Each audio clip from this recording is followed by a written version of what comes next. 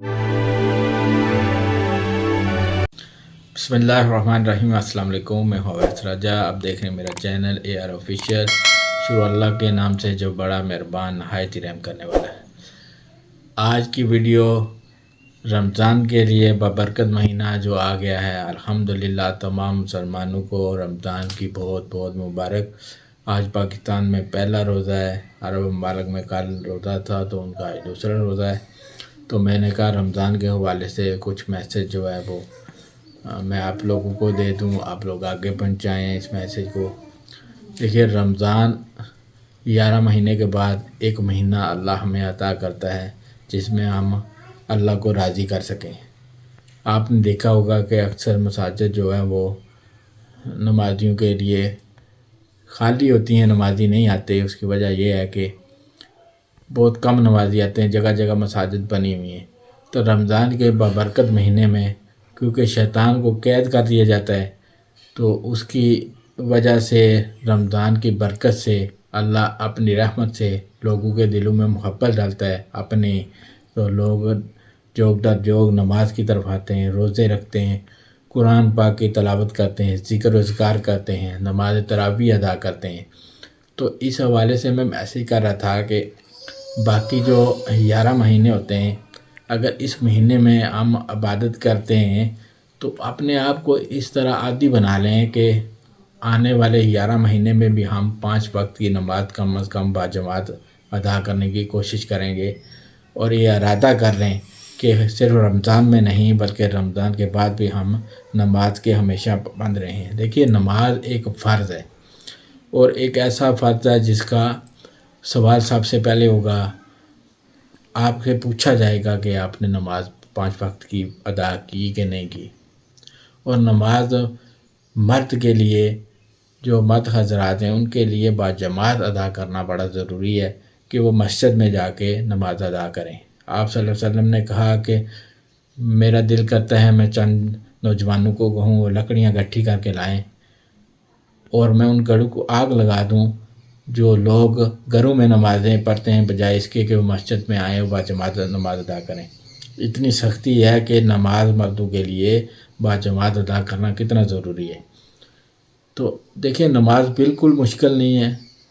آپ کو ایشیا میں جو بتایا جاتا ہے کہ نماز جو ہے وہ آپ نے پوری پڑھنی ہے، سنتے چھوڑ دی، نفل چھوڑ دیے تو آپ گنہگار ہو جائیں گے، ایسا نہیں ہوتا۔ نماز جو اللہ نے کی ہے فرض، وہ فرض نماز ہے۔ صبح کی 2 رکعت فرض، ظہر کے 4 رکعت فرض، عصر کے 4 رکعت فرض، مغرب کے 3 رکعت فرض، عشاء کے 4 رکعت فرض، ٹھیک ہے۔ باقی جو سنتے ہیں وہ نوافل ہیں یا وتر ہیں، وہ آپ اپنے گھر میں جب بھی آپ کو ٹائم ملے پھر بھی پڑھ سکتے ہیں۔ کوئی ایسی مانت والی بات نہیں کہ آپ نے مسجد میں اسی وقت ادا کریں۔ باقی اپنے آپ کام کاج کریں، روزگار کی تلاش میں رہیں، کام کریں، باقی معاملات اپنے زندگی کے کریں۔ اللہ بھی یہی فرماتا ہے کہ آپ رات کو تھوڑی سی عبادت کر لیا کریں، تہجد پڑھ لیا کریں، تاکہ آپ دن میں اپنے کاموں میں مصروف ہوتے ہیں، اس کی وجہ سے آپ کو ٹائم نہیں ملتا، اور رات کی عبادت اللہ کو ویسے بھی بہت پسند ہے۔ اللہ قرآن میں یہ واضح طور پر فرماتا ہے۔ دیکھیے زندگی جو ہے وہ سیکھنے کا نام ہے، انسان روز سیکھتا ہے، کوئی بھی جو ہے وہ بغیر سیکھے کچھ بھی پاک حاصل نہیں کر سکتا۔ آپ کو کچھ بھی حاصل کرنا ہے تو آپ کو اس کے لیے جدوجہد کرنے پڑے گی، سیکھنا پڑے گا۔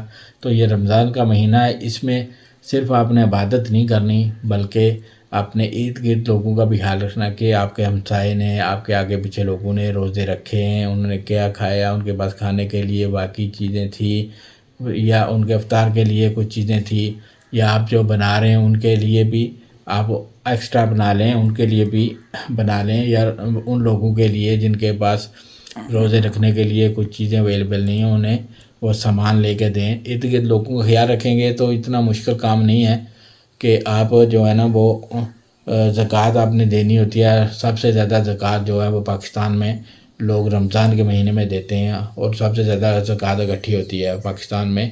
تو آپ کو یعنی کہ نماز کے ساتھ، روزے کے ساتھ، نماز تراویح کے ساتھ، ذکر و اذکار کے ساتھ، قرآن پاک کی تلاوت کے ساتھ آپ کو زکوٰۃ کا بھی خیال رکھنا ہے کہ اس مہینے میں آپ نے زیادہ سے زیادہ زکوٰۃ دینی ہے۔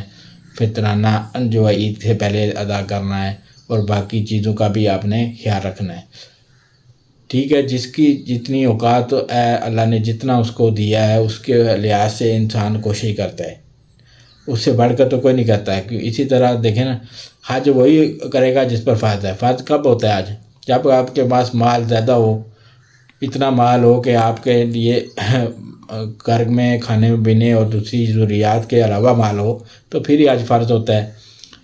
تو جہاد بھی ضرورت کے لحاظ سے فرض ہوتا ہے، جب بہت زیادہ کوئی دشمن آپ پہ چڑھ دوڑے تو آپ کے پاس کوئی چارہ نہیں ہے، تو آپ نے وہ جہاد کرنا ہے ان کے خلاف۔ تو اپنے نفس کے خلاف بھی جہاد کرنا ہے۔ آپ نے اپنے آپ کو، جیسا روزہ جو ہے وہ اسی لیے عبادت ہے کہ آپ نے، آپ کی خواہش ہے کہ یہ چیز سامنے پڑی ہوئی میں کھا سکتا ہوں، لیکن آپ کھا نہیں پا رہے۔ کیوں نہیں کھا پا رہے؟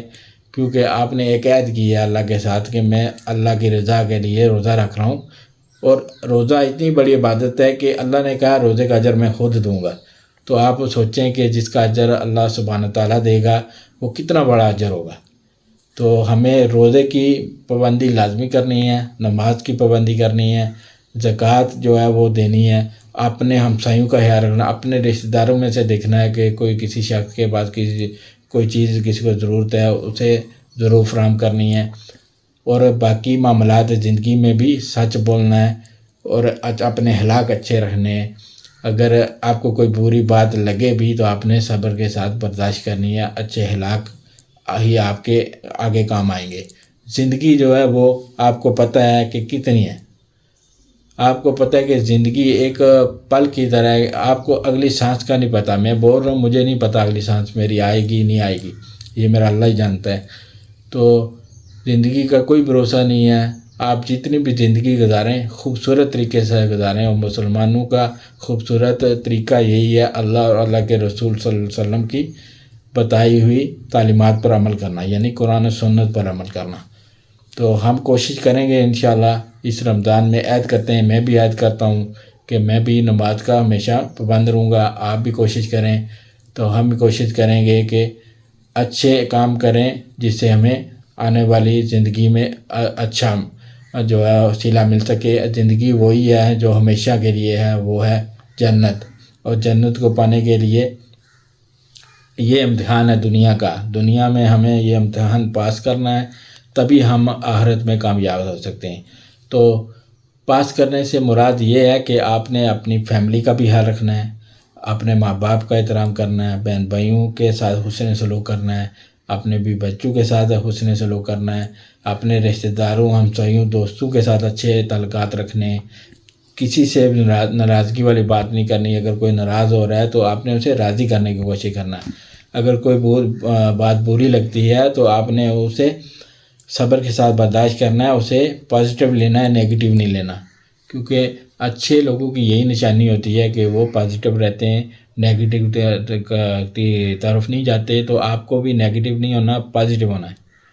تو میرا آج کا میسج رمضان کا یہی ہے کہ خوب سحری کریں، خوب افطاری کریں، لیکن اپنے ارد گرد لوگوں کا، اپنے ہمسایوں، رشتہ داروں کا، اور جہاں تک آپ ممکن ہو سکے ان لوگوں کا خیال رکھیں جو آپ کی طرف دیکھ رہے ہیں۔ دیکھ تو سب اللہ کی طرف ہوتے ہیں، آپ کو بھی یا ہمیں بھی یا کسی اور کو بھی جو اللہ نے دیا ہوتا ہے وہ اللہ کی طرف سے ہوتا ہے۔ کوئی بھی انسان اپنی طرف سے ایک ذرہ بھی برابر نہیں دے سکتا کسی کو کہ اللہ کا حکم نہ ہو۔ تو اللہ ان لوگوں کی توفیق دیتا ہے جن سے اللہ پیار کرتا ہے۔ تو آپ بھی کوشش کیا کریں کہ عبادت کے ساتھ رمضان کی اس خوبصورتی، اس خوبصورت افطاری کو اپنے ہمسایوں، دوستوں، رشتہ داروں کے ساتھ بانٹیں، ضرورت مندوں کے ساتھ بانٹیں، ان کا بھی خیال رکھیں۔ تو میرا آج کا یہی میسج ہے۔ انشاءاللہ آپ کو اچھی لگی ہوگی ویڈیو اچھی لگے تو آگے لوگوں تک بھی شیئر کر دیں تاکہ یہ میسج لوگوں تک، زیادہ سے زیادہ لوگوں تک پہنچ سکے۔ تو اپنے ارد گرد لوگوں کا ہمیشہ خیال رکھیں۔ مجھے دیجیے اجازت، اللہ حافظ۔